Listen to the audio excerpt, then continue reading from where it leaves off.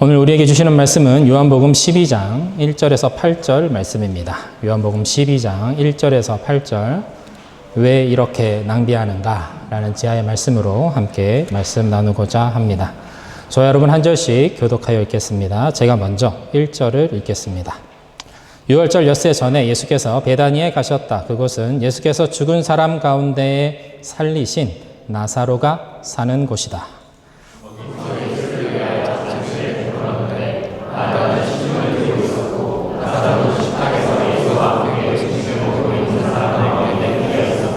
그때 마리아가 매우 값진 순나드 향유 한 근을 가져다가 예수의 발에 붓고 자기 머리털로 그 발을 닦았다.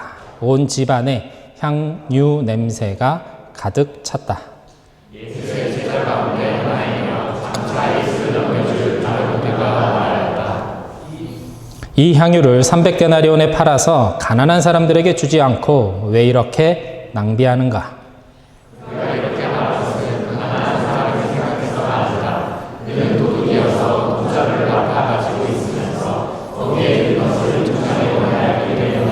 예수께서 말씀하셨다. 그대로 두어라. 그는 나의 장삿날에 쓰려고 간직한 것을 쓴 것이다.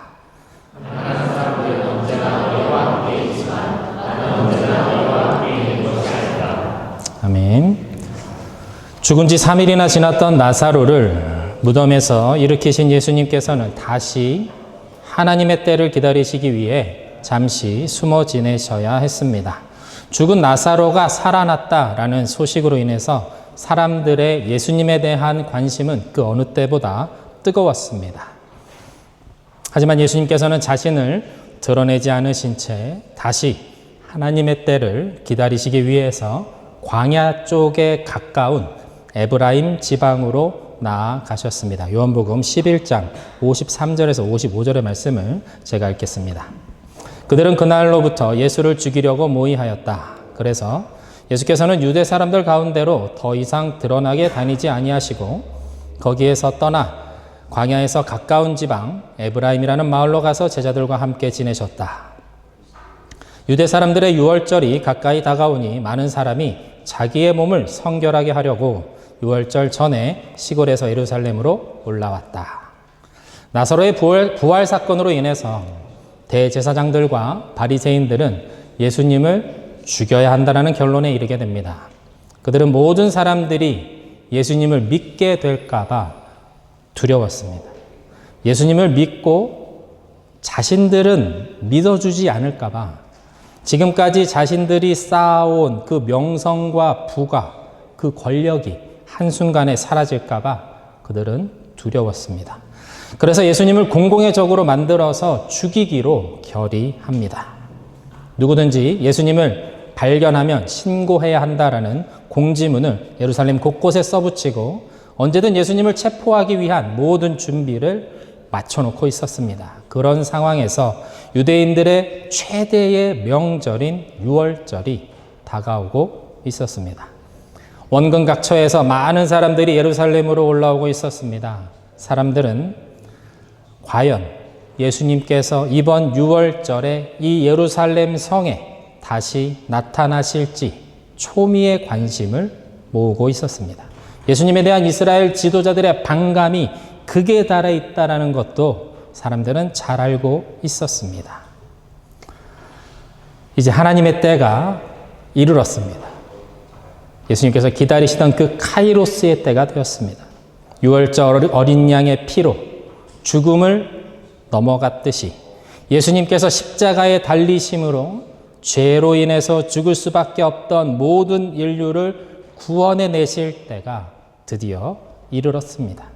예수님께서는 때가 찼으므로 더 이상 숨지 않으시고 예루살렘을 향해서 곧바로 나아가시기로 합니다. 오늘 본문 1절과 2절의 말씀 우리 함께 읽어보겠습니다. 시작. 유월절 엿새 전에 예수께서 베다니에 가셨다. 그것은 예수께서 죽은 사람 가운데 살리신 나사로가 사는 곳이다. 거기서 예수를 위하여 잔치를 베풀었는데 마르다는 시중을 들고 있었고 나사로는 식탁에서 예수와 함께 음식을 먹고 있는 사람 가운데 끼어 있었다. 예수님께서 베다니에 있는 나사로의 집에 가신 시점은 유월절 엿새 전이었다라고 이야기합니다.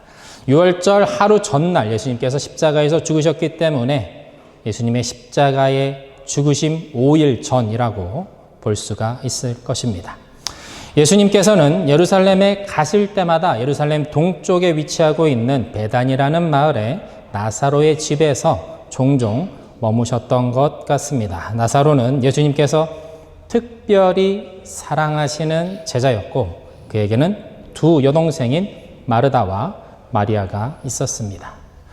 재밌는 것은 나사로가 부활했는데 나사로에 대한 기록은 그가 부활했다는 것과 그에게 두 명의 여동생이 있었다는 것 정도뿐입니다. 그에 반해서 나사로의 이 두 명의 누이들은 예수님과 함께 요한복음 11장의 나사로의 부활 이야기를 이끌어가는 주요 인물들이 되고 있습니다. 오늘 본문 말씀에서도 주인공은 예수님께 향유를 부은 마리아입니다.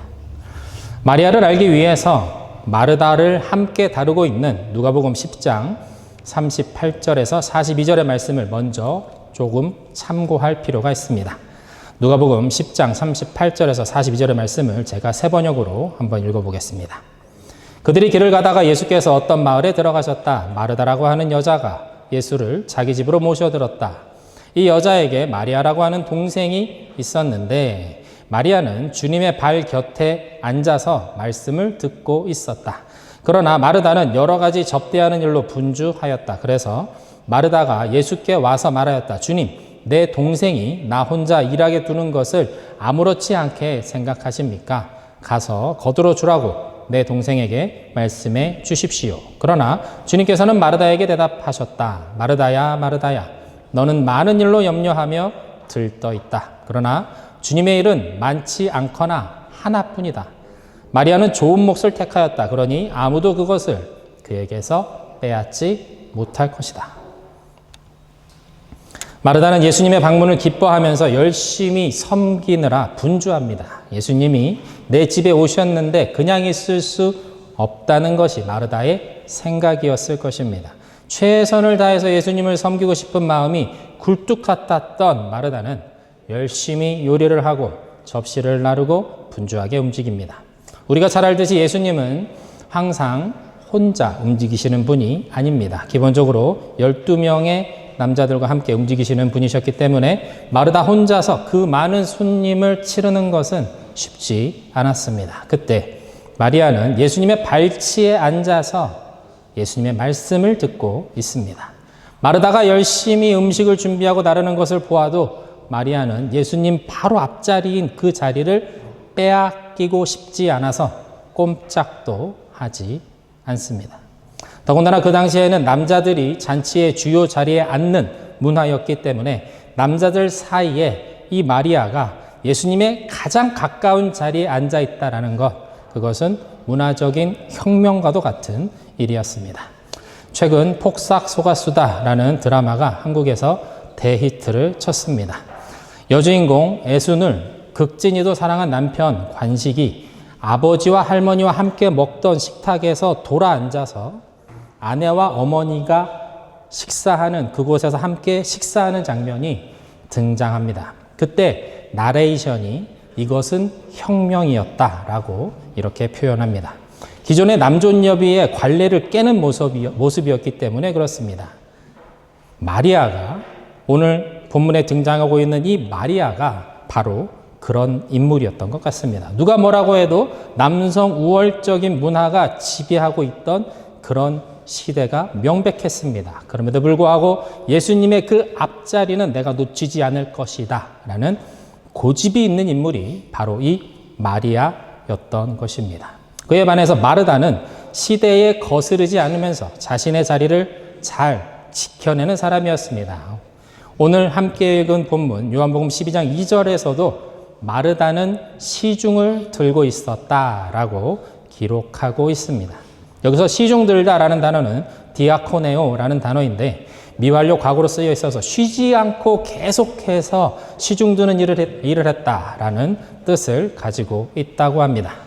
마르다는 쉬지 않고 일을 하고 또 그 일을 해내는 능력자였습니다. 손도 빠르고 요리도 잘하는 여성이었습니다. 그러나 마르다는 그렇게 보이지 않는 곳에서 일하는 자신을 알아주지 않는 것이 섭섭했고 억울했습니다.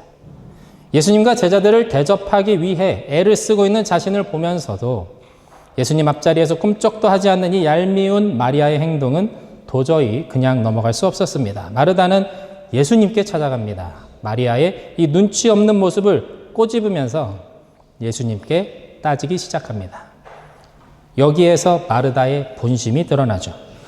마리아에게 직접 이야기하면 될 것을 예수님께 이러한 상황이 옳지 않고 자신은 억울하다고 이야기한다라는 것은 결국 나를 좀 봐달라는, 그리고 내가 옳고 저 마리아는 틀렸다는 이야기를 예수님으로부터 듣고 싶다라는 그러한 의도가 숨어 있기 때문에 그렇습니다.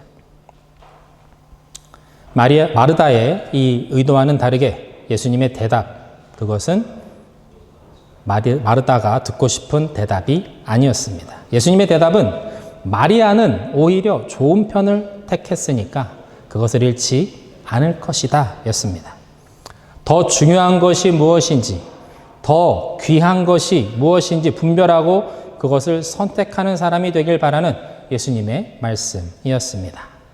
있는 그대로를 이해하자면 마리아처럼 이 마르다도 섬기는 자리에 있지 말고 예수님 말씀을 듣는 그것에 집중해라 라고 그렇게 이해할 수도 있을 것입니다. 하지만 예수님의 이 말씀을 조금 더 묵상을 해보면 마리아가 예수님의 발치에 앉아서 말씀을 듣는 것을 선택한 것이 예수님께만 있듯이 마르다 역시 예수님을 기쁨으로 섬기는 자리를 자발적으로 선택함으로 주님을 그 무엇보다 최우선에 두는 것을 잊지 말라라는 말씀이라는 것을 우리는 알 수가 있습니다. 중요한 것은 예수님을 바라보았는가, 끝까지 예수님만 바라보았는가라는 질문에 있다라는 것이죠. 결국은 내 안에 주님으로 인한 기쁨이 있는가, 다른 사람과 비교하지 않는, 그럴 필요 없는 오직 주님으로 인한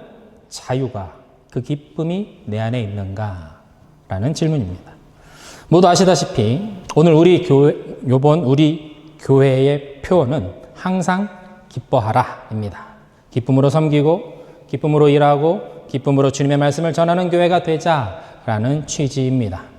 주님을 섬기는 기쁨은 자유하지 않으면 누릴 수 없습니다. 마르다의 이야기처럼 내가 잘하는 것으로 영혼과 공동체를 섬기는 것을 넘어서 주님을 기쁘시게 하는 것으로 나아가는 것, 그것은 겉으로 드러나지 않는 아주 미묘한 차이에 있기 때문에 그렇습니다. 이것은 결국 내가 주님을 어떻게 믿는가에 달려 있습니다. 내가 하는 모든 일이 주님 앞에서 주님과의 관계 안에서 이루어지는 것이라는 그 믿음이 없이는 불가능하기에 그렇습니다. 예수님께서 마르다에게 말씀하시는 것은 주님 안에서 자유해라 라는 말씀이었습니다. 마르다의 섬김의 능력과 기질, 그것은 마르다의 것이 아닙니다. 그것은 주님이 주신 것이죠. 마르다의 섬김은 귀한 것입니다. 꼭 필요한 것입니다. 만약 이날 마르다가 섬기지 않았다면 예수님과 제자들은 아마 물 한 잔과 빵 한 조각으로 끼니를 때워야 했을 것입니다. 그러나 여기서 마르다가 넘어야 하는 지점이 있다는 것입니다. 그것은 비교하는 마음, 섭섭해하지 않는 마음, 억울해하지 않는 마음입니다. 다른 사람을 의식하지 않고 주님만 바라보는 훈련이 필요했다라는 것이죠. 주님께서는 마르다가 오직 예수님만 바라보기를 원하셨습니다. 주님 안에서 기쁨을 누리기를 원하셨습니다. 마르다가 가진 그 장점을 10분 주님 안에서 활용하면서 기쁨으로 주님을 섬기고 더 나아가 사람들을 섬기는 귀한 주님의 사람이 되기를 원하셨던 것입니다. 사랑하는 성도 여러분, 우리 안에 이런 기쁨이 충만하기를 축원드립니다. 영혼을 향한 우리의 섬김, 교회를 향한 우리의 섬김이 사람들의 평가와 비교에 갇히지 않기를 바랍니다. 우리의 헌신이 나의 기쁨과 나의 즐거움을 넘어서 주님 안에서 누리는 참된 기쁨과 자유함까지 나아가기를 바랍니다. 세상과 나는 간 곳 없고 오직 구속한 주님만 보이는 우리의 섬김의 자리가 되고 우리의 매일의 삶의 자리가 되기를 축원드립니다. 그렇게 하루하루 주님을 닮아가는 저와 여러분 모두가 되시기를 주님의 이름으로 축원드립니다. 예수님의 발치에서 언니인 마르다가 뭐라고 하든 상관없이 주님께 집중하고 있는 마리아, 주변의 남자들의 그 따가운 시선이 어떠하든 상관없이 주님께 온전히 집중하는 이 혁명적인 성격의 마리아, 그 마리아가 오늘 본문에서 그 누구도 할 수 없는 일을 기어코 하고야 맙니다. 오늘 본문 3절인데요. 우리 한번 같이 읽어보겠습니다. 시작. 그때 마리아가 매우 값진 순나드 향유 한 근을 가져다가 예수의 발에 붓고 자기 머리털로 그 발을 닦았다. 온 집안의 향유 냄새가 순전한 나드 향유는 인도산 최고급 향유를 뜻한다고 합니다. 약 350g 정도 되는 이 향유는 오늘날로 치자면 승용차 한 대 정도의 값어치를 하는 매우 귀한 물건이었습니다. 아마도 마리아가 가지고 있는 것 중에 가장 귀한 것이었을 것입니다. 그러나 오늘 마리아가 하는 일을 보면 그녀가 이 일을 위해서 이 향유를 준비해 왔다라고 우리는 볼 수 있습니다. 자신이 가지고 있던 것들을 팔기도 했을 것이고 열심히 일을 해서 조금씩 돈을 모아서 마침내 이 향유를 준비했다라는 것입니다. 그리고 기쁜 마음으로 설레는 마음으로 예수님을 기다렸을 것입니다. 다시 예수님이 오시면 이 향유를 예수님의 발에 붓고 그 발을 내가 닦아드려야겠다라고 생각했다라는 것입니다. 사랑하는 오빠 나사로를 살려주신 예수님, 부활이요 생명이 되시는 주님을 향한 자신이 드릴 수 있는 최고의 것으로 주님께 드리고 싶다는 이 마리아의 결단은 순전한 나드 한 근을 예수님의 발에 온전히 붓고 자신의 머리털로 예수님의 발을 닦아드리는 것으로 나타나게 됩니다. 예수님이 어떤 분이신지 알고 있었기 때문에 마리아는 그 누구도 할 수 없는 일을 해내고 말았습니다. 그것은 예수님의 장례를 준비하는 향유를 그분께 부어드리는 것이었습니다. 오늘 본문 7절의 말씀 같이 한번 읽겠습니다. 7절입니다. 시작. 예수께서 말씀하셨다. 그대로 두어라. 그는 나의 장산날에 쓰려고 간직한 것을 쓴 것이다. 새번역 성경에서 이 7절 말씀을 아주 잘 번역하고 있습니다.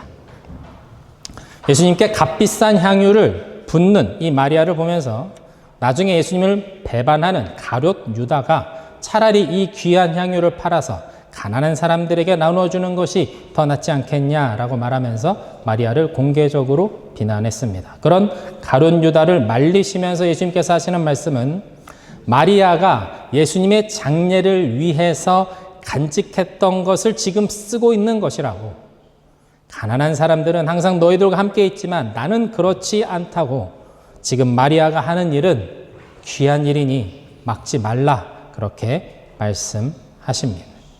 예수님께서 십자가에서 죽으시기 위해서 예루살렘으로 지금 들어간다라는 것, 그것을 알아채지 못하는 이 제자들, 그 제자들은 마리아의 행동은 물론 예수님의 이 말씀조차 어떤 의미인지 결코 이해할 수 없었습니다. 물론 마리아도 예수님께서 앞으로 어떤 일을 하실지 전혀 예상할 수 없었습니다. 다만 마리아는 자신이 가진 모든 것으로 예수님께 부어드리고 자신의 머리털로 예수님의 그 발을 닦아드리고 싶었을 뿐입니다. 예수님은 그렇게 귀한 분이었기 때문에, 그 귀한 분이라는 것을 모든 사람들 앞에서 공식적으로 고백하고 높여드리고 싶었기 때문에 그렇게 한 것이죠. 그러나 공교롭게도 이 마리아의 행동이 예수님의 십자가의 죽으심을 염두에 둔 예언적인 행동이 되어 버린 것입니다.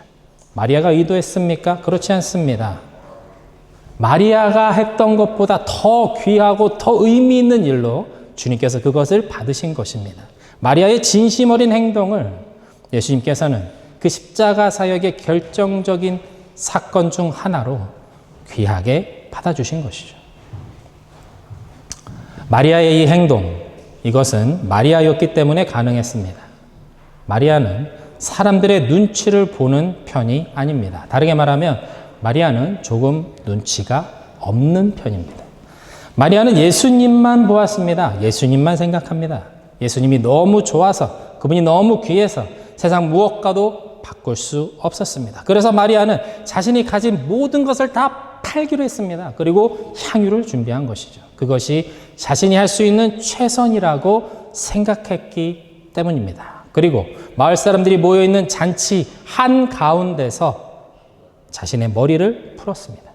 당시 여인이 머리를 푸는 것은 오직 남편에게만 허락되는 일이었다라고 합니다. 공공장소에서 여인이 머리를 푸는 것은 창기들만 하는 행동이었습니다.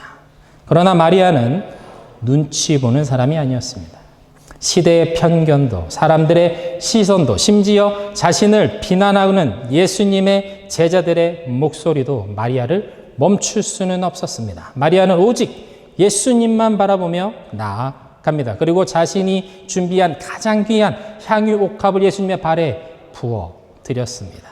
그리고 풀어헤친 자신의 머리카락으로 정성스럽게 예수님의 발을 닦아 드렸습니다. 자신의 머리카락으로 상대방의 발을 닦는다라는 것, 이것은 아주 이례적인 일입니다. 발을 닦아주는 것은 당시 종들이 하는 일이었습니다. 그러나 종들조차도 자신의 머리카락으로 누군가의 발을 닦지는 않습니다. 그런 일은 없습니다. 마리아는 지금 당시의 노예들보다 더 낮은 자리에서 예수님을 섬기고자 하는 마음을 가지고 있습니다. 자신이 더 낮아져야 예수님이 더 높아지신다라는 것을 알았기 때문입니다. 여인이 자신의 소중한 머리카락으로 예수님의 발을 닦는다라는 것, 그것은 그분의 고귀함을 자신의 전 존재로 담아내고자 하는 의도가 담겨 있습니다. 가장 높으신 하나님께서 사람의 모습으로 이 땅에 오셨습니다. 그 예수님, 그분의 발을 내 머리카락으로 닦는다라는 것은 그 마리아가 깨뜨린 향유 옥합의 값어치보다 더 값지고 귀한 생각입니다.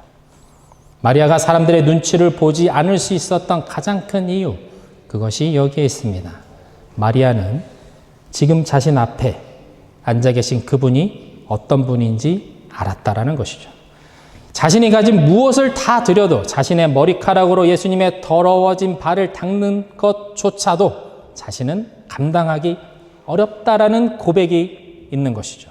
세례 요한이 고백했던 자신은 예수님의 신발끈을 푸는 것조차 감당할 수 없는 존재다라고 고백했던 것과 같은 고백이 지금 이 마리아의 고백인 것입니다. 마리아의 이 진심 어린 행동과 주님 앞에서의 태도가 성경 전체에서 드러나는 최고의 예배로 칭송받는 가장 큰 이유가 바로 여기에 있는 것입니다. 예배라는 단어는 헬라어로 프로스키네오라고 한다고 합니다. 이 단어는 원래 전쟁에서 패배한 사람이 그 승리한 사람의 발 앞에 엎드려서 그 발에 입맞추는 의미를 담고 있다고 합니다. 전쟁에서 이긴 사람의 종이 된다는 의미죠. 예배라는 단어가 이런 전쟁 용어를 포함하고 있다는 것. 이 예배라는 단어가 전쟁 용어에서 유래했다는 것, 그것은 이 예배라는 단어의 완전한 항복이라는 의미가 담겨 있기 때문입니다. 바로 주님께 내가 항복하는 것, 그것이 예배라는 것입니다. 나는 없고 주님만이 나의 전부이심을 고백함으로 주님만을 높여드리는 것, 그것이 예배입니다. 마리아는 예수님께 나아갈 때 다른 것은 전혀 눈에 들어오지 않았습니다. 마리아는 예수님이 인간의 몸을 입고 이 땅에 오신 하나님이시라는 것을 알고 있었습니다. 마리아에게는 오직 예수님만, 오직 그분만 보였습니다. 그분만을 바라보며 그분을 향해서만 걸어갔고 자신이 준비한 모든 것, 그것을 꺼내서 가차없이 주님 앞에 내어드렸습니다.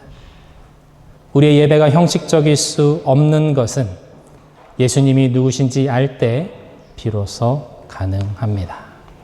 온 세상을 창조하신 분, 살아있는 모든 생명의 주인이신 분, 사망을 이기시고 부활하셔서 영원한 나라로 우리를 이끌어가고자 하시는 분, 지금도 살아계셔서 역사를 주관하시고 계시고 십자가의 그 크신 사랑으로 우리의 매일의 삶을 인도하고 계시는 그 하나님, 바로 그 예수 그리스도를 향한 우리의 진심이 드려지는 것, 그것이 예배입니다. 찬양팀 앞으로 잠깐 나와주시면 좋겠습니다. 사랑하는 민혜복음교회 성도 여러분, 우리 예배가 이렇게 담대하면 좋겠습니다. 우리 예배가 마리아가 보여준 것처럼 이렇게 진실되고, 이렇게 겸손하고, 이렇게 집중력 있고, 그만큼 능력 있고 용기 있으며 아름답기를 축원드립니다. 예배가 예배되는 것, 여러분 그것에 우리의 모든 것을 다 걸어보면 어떻겠습니까? 예배가 예배되는 것을 향하여 한마음으로 기도하며 나아가는 것, 여러분 어떻습니까? 그렇게 기도하며 나아갈 수 있는 우리 민혜복음교회 공동체가 되기를 주님의 이름으로 축원드립니다. 마리아처럼 주님만을 바라보며 주님만을 구하며 일평생 살아가는 저 여러분 모두가 다 되시기를 주님의 이름으로 축원드립니다. 이제 함께 찬양하면 좋겠는데요. 나의 주 나의 하나님이여 주를 경배합니다. 찬양하겠습니다. 나의 주 나의 하나님이여 주를 경배합니다. 주 사랑하는 나의 마음은 주께서 아시나. 나의 주 나의 하나님이여 나의 주 나의 하나님이여 주를 경배합니다. 사랑하는 나의 마음은 주께서 아시나. 깨뜨릴 옥합 내게 없으며 깨뜨릴 옥합 내게 없으며 주께 드릴 양유 없지만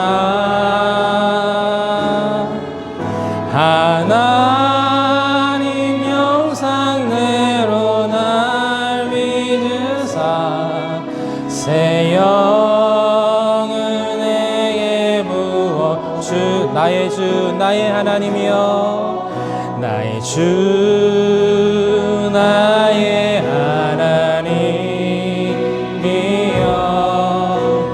주를 경배합니다.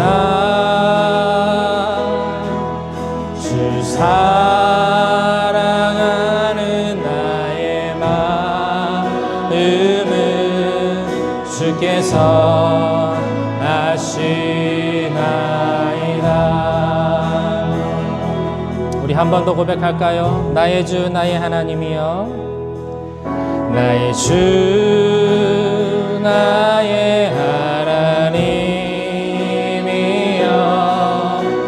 주를 경배합니다. 주 사랑하는 마음은 주 사랑하는 주님께서 아십니다. 아시나. 깨뜨릴 옥합 내게 없으며 깨뜨릴 옥합 내게 없으며 주께 드릴 양유 없지만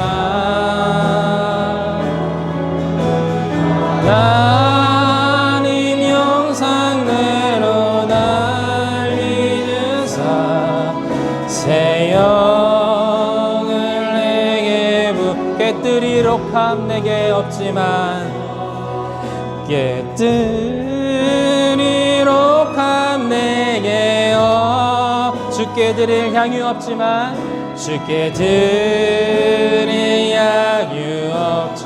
하나님 형상대로 날 빚으사 하나님 하나님 영상대로 날 믿으사 새 영을 내게 나의 주 나의 하나님이여 나의 주 나의 하나 주님을 경배합니다. 주 경배합니다. 주 사랑하는 나의 마음은 주께서 아시나이다. 이 시간 한번 말씀 붙잡으며 기도했으면 좋겠습니다. 여러분, 예배는 주님을 알지 못하면 할 수 없습니다. 형식적인 예배로 굳어지는 것은 우리가 주님을 알지 못하기 때문이고 주님과의 관계가 굳어지거나 그 관계가 끊어졌기 때문입니다. 주님을 알게 하여 주십시오. 더 깊이 주님을 알게 해 주십시오. 그래서 주님을 알아가는 만큼 내 예배가 더 깊어지길 원합니다. 마리아는 그것을 알았습니다. 자신이 더 낮아지면 주님이 더 높아지신다라는 것. 주님이 내 예배가 내가 주님 앞에 완전히 엎드리는 예배, 내가 주님 앞에 항복하는 예배, 내가 주님 앞에 더 낮아지는 예배로 나가기를 원합니다. 그것으로 인해 주님이 높아진다라는 것, 주님이 영광 받으신다라는 것을 내가 깨닫게 하시고 내가 그 주님을 더 깊이 알아가며 주님을 더 사랑하며 전심으로 예배하는 예배자로 세워지게 하여 주시옵소서. 우리 한번 같이 말씀을 붙잡으며 한번 기도하며 나가겠습니다. 주여, 주님 이 시간 주님 앞에 부르짖으며 예배하며 기도하며 나아갑니다. 내가 더 주님 앞에 낮아지기를 원합니다. 내가 주님 앞에 더 겸손히 엎드려지기 원합니다. 나의 자아가 깨어지기 원하고 하나님 나의 고집이 하나님 세상적인 생각들이 하나님 주님께서 기뻐하시지 않는 것들이 하나님 이 시간 가운데 주님 앞에 고백되고 주님 앞에 올려지게 해주고 그러므로 내가 주님 앞에 더 낮아지고 하나님 내가 부서지고 내가 무너짐으로 오직 예수 그리스도의 이름만 높여지는 주님의 놀라우신 은혜가 우리 가운데 있게 하여 주시옵소서. 주님을 더 깊이 알아가는 우리가 되기를 원합니다. 주님을 아는 만큼 우리의 예배가 회복되고 주님을 아는 만큼 우리의 예배가 깊어지며 주님을 아는 만큼 우리의 예배가 다시 회복되길 것을 믿습니다. 주님 말씀으로 역사하시고 하나님 성령의 은혜로 충만하게 우리 가운데 부어 주시옵소서.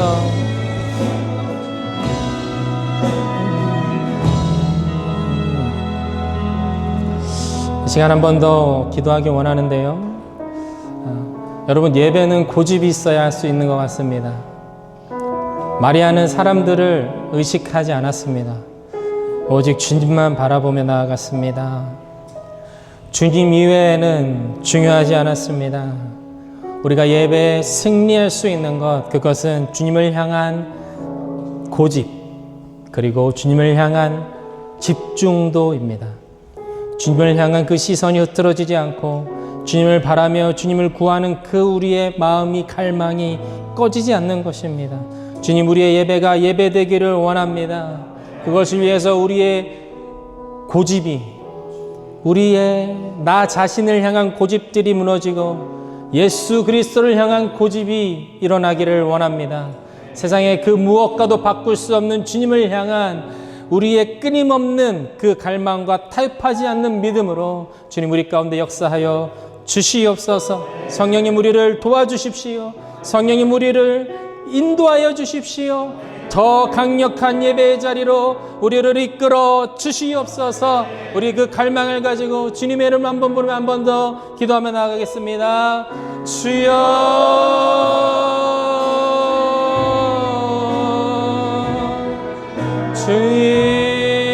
주님, 사람들의 시선과 세상의 방법들과 하나님 주님 앞에 나아가지 못하게 하는 많은 것들이 하나님 우리를 올가매려고 하는 것들이 있습니다. 하나님 우리는 그런 것들을 하나님 우리는 물리치고 그것을 이겨내고 그것을 넘어서서 주님 앞으로 나아갑니다. 주님 앞으로 나아갑니다. 주님을 바라보며 나아가기를 원합니다. 우리의 시선이 세상을 향하지 않기를 원하고 주님을 향한 그 전심으로 하나님 우리가 나아갈 것입니다. 주님을 기뻐하시는 그 자리를 향하여 하나님 우리가 전심으로 나아갈 것입니다. 마리아처럼 예수님만 바라보며 나아가게 하소서. 마리아처럼 주님만을 구하며 나아가게 하소서. 마리아처럼 주님만을 향하여 준비된 자로 서게 하여 주시옵소서. 하나님, 이것이 우리의 힘으로 우리의 능으로 되지 않습니다. 오직 성령의 은혜만이, 오직 성령님의 인도하심만이 우리를 그곳까지 이끌 수 있습니다. 주님, 우리를 인도하여 주시옵소서. 주님, 우리를 붙잡아 주시옵소서.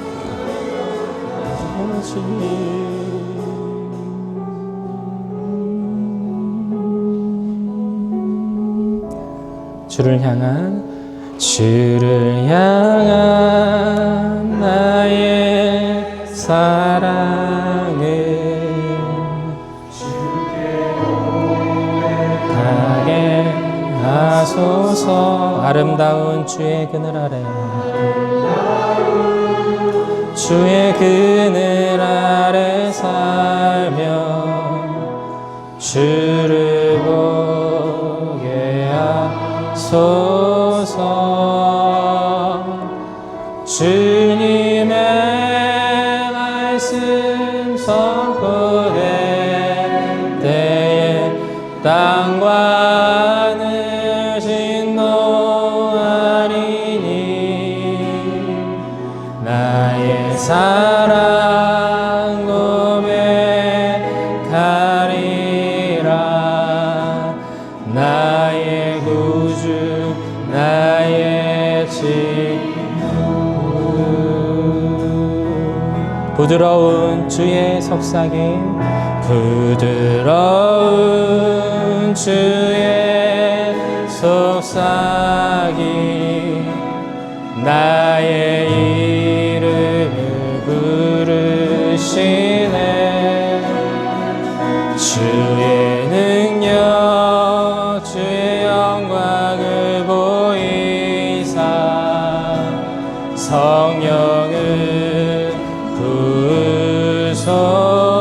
메마른 곳 거룩해지도록, 메마른 거룩해지도록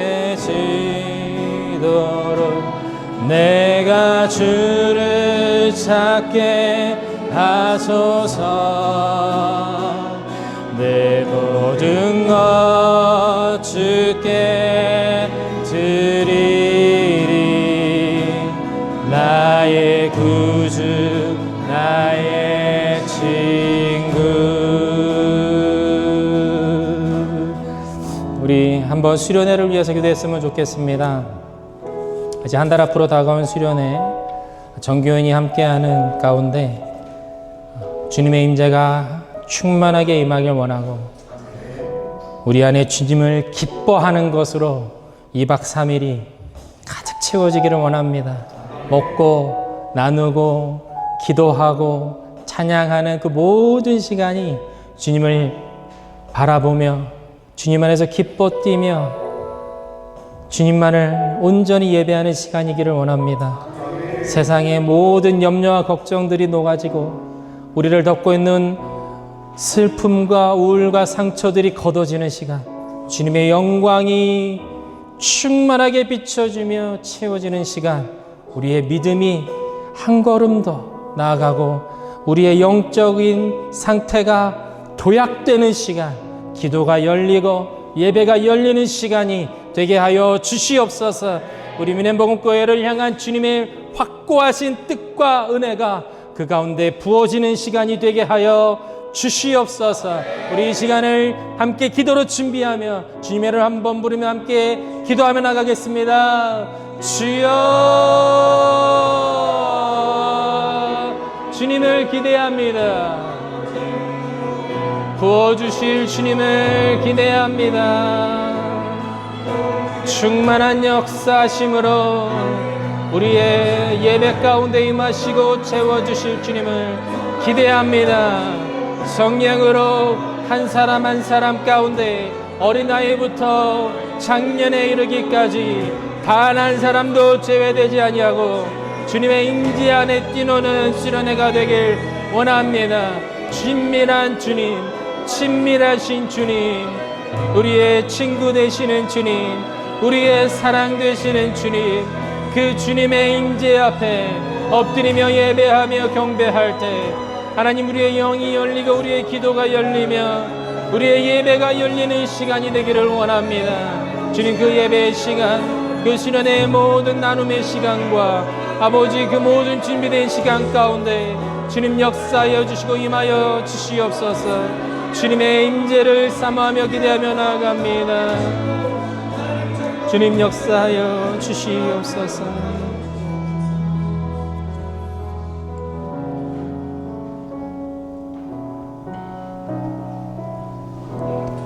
사랑의 하나님, 감사합니다.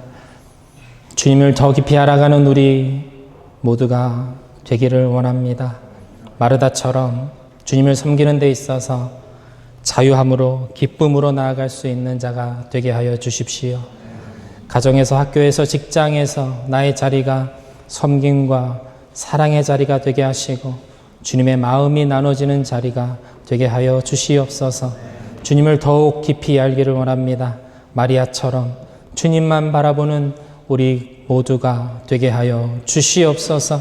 주님을 향한 온전한 예배, 주님이 가장 귀한 분임을 매 순간 증명해내는 예배, 주님이 받으시기에 합당한 예배, 그것으로 나아가는 우리 미넨 복음교회 모든 성도들 다 되게 하여 주시옵소서. 감사드리며 모든 말씀 예수 그리스도의 이름으로 기도드립니다. 아멘. 이제 다 함께 일어나셔서